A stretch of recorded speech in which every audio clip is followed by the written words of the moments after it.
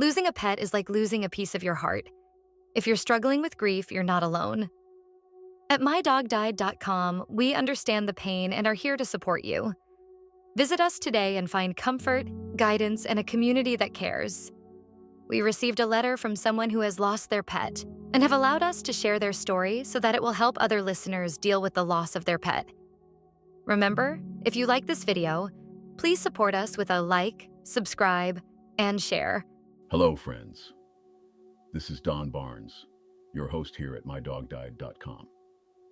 Each week, I open my heart and my microphone to share the tender, beautiful, and sometimes heart-wrenching letters sent in by dog lovers who've said goodbye to their beloved companions.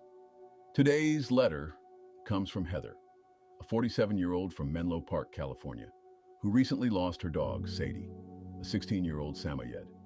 Let me read it to you now. Dear Don, I never imagined I'd write a letter like this. It's been 2 weeks since I said goodbye to Sadie, and the silence in the house is still deafening. Sadie passed from respiratory failure. Her body had been slowing down over the past year, but her spirit, it never dimmed. Even on her last morning, she tried to follow me to the duck pond near our backyard, the same pond she guarded for over a decade. She would puff out her fluffy white chest and trot beside me like she had a job to do, helping herd the ducks with a mix of pride and playfulness. She took that responsibility seriously, but she always did it with her signature smile. You know the one, that open-mouthed Samoyed grin that makes you feel like everything is going to be okay.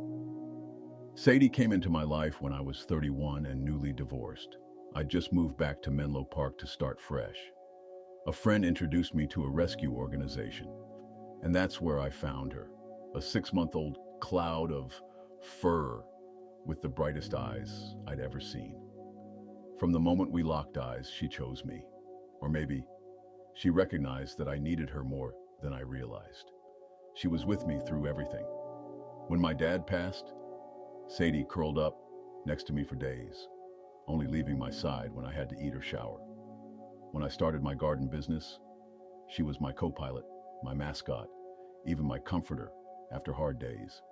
She would greet every client with a tail wag and a soft woof, as if to say, "You can trust my mom." Sadie had so many quirks that made her unforgettable. She could balance a treat on her nose and wait for the word, "okay," even if it meant drooling like a faucet.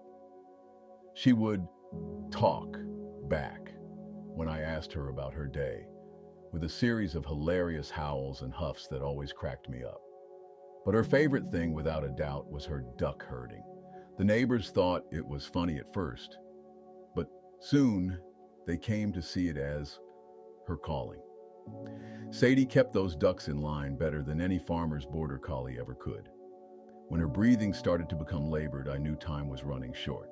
The vet said it was respiratory failure due to age.